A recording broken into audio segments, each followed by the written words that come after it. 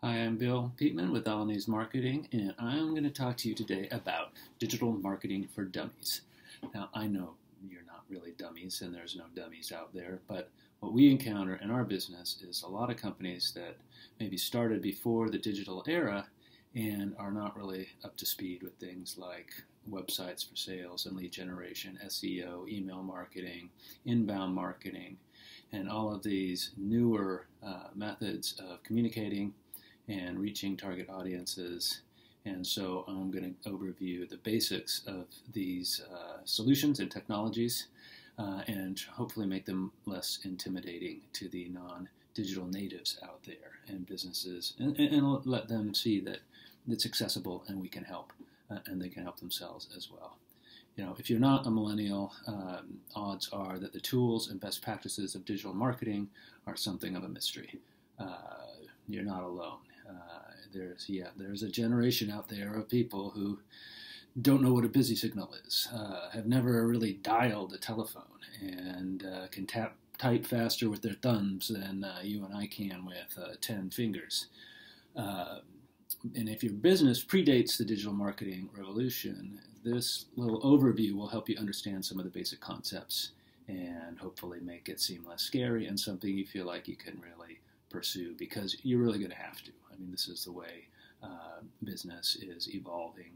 Everyone researches, shops online before they contact suppliers and vendors. So let's get started. It all starts with websites, right? I mean, a website is critical for just about any business now. Qualify that. A properly designed website is critical for every business. Buyer expectations and behavior keep changing, and so do web design best practices. Good business websites need to be constantly updated, not just with content to be optimized for search, but with behavior metrics like the speed of the site and the mobile friendliness of the site that influence search rankings and basically just influence whether people stay on the site and will either buy something or contact you. SEO, search engine optimization. This is at the heart of what makes a website effective for business. SEO best practices allow you to build your website in a way that it will attract people searching for your kinds of products and services. Google has told us that 94% of B2B and B2C buyers research online before contacting a supplier. They just about make up their minds with up to 12 searches before deciding who to contact. So getting found in that process is really critical. And that's what search engine optimization is all about. Content marketing. Content in the form of web pages, blogs, landing pages is how you populate your website and the internet with pages that searchers will find as they're looking for solutions to their problems. Content is one of the pillars of search engine optimization. Using keywords that people enter in search engines that are looking for your products and services is what you do with your content. Content marketing sounds easy until you try to do it. Writing web pages for search, blogging regularly, building landing pages, and measuring results. Well, probably you don't have extra time to do that right now. So when can it be done, and who is going to do it? Email marketing is the digital equivalent of direct mail that goes into your physical mailbox. It's how you reach out to your contacts, leads, as well as existing customers, and give them incentives to take the next step in their relationship with you, whether it's to purchase a product, purchase a new product, purchase more products.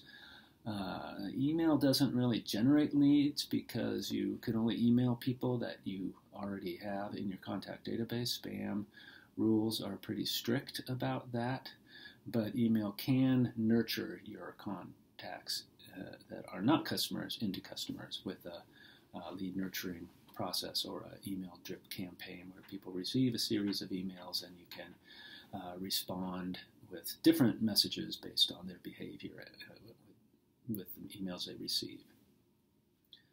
Social media. Social media is probably the most intimidating marketing channel for older businesses that predate the digital era because it really has no digital equivalent. Maybe PTAs or neighborhood clubs where people would exchange information and recommendations and ask each other for suggestions for things. But really, social media it allows you to attract a following and communicate directly with individual followers to create a level of engagement that really wasn't possible at scale before the digital revolution. Facebook, LinkedIn, Twitter, Instagram, Pinterest, Snapchat, they all use different ways, and in most cases, they're optimized for different audiences, and you don't need to use them all because different businesses, you'll find that your target audience gravitates towards probably more likely Facebook or LinkedIn for B2B and Instagram and Pinterest for B2C. Digital advertising. This is another source of some confusion. Digital advertising is sort of a supercharged version of traditional print and broadcast advertising. With traditional advertising, you try to get your brand in front of as many eyeballs as possible. Digital advertising, in most cases, allows you to target very specific audiences as they search and the internet and as they browse web pages and look for solutions to their business and personal problems. And you can include calls to action in your ads that make your advertising highly measurable in the forms of how many people click on them and then how many people act on the information when they click and convert into leads by giving you their contact information in exchange for more information about your products and services.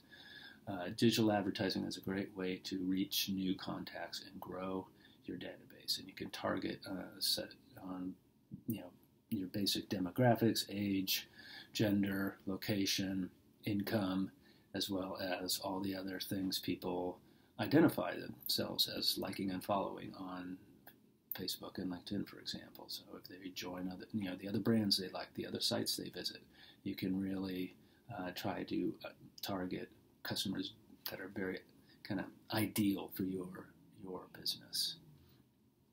At the end of the day, digital marketing has emerged in response to the fundamental changes in the way people consume information and the way they look for solutions to their problems and shop for products and services to solve those problems. It continues to change. The mobile revolution is impacting just about every area of digital marketing as people search and communicate more on their phones now than they do on their desktop and laptop computers. And that will be a message for a different video. Thanks for listening.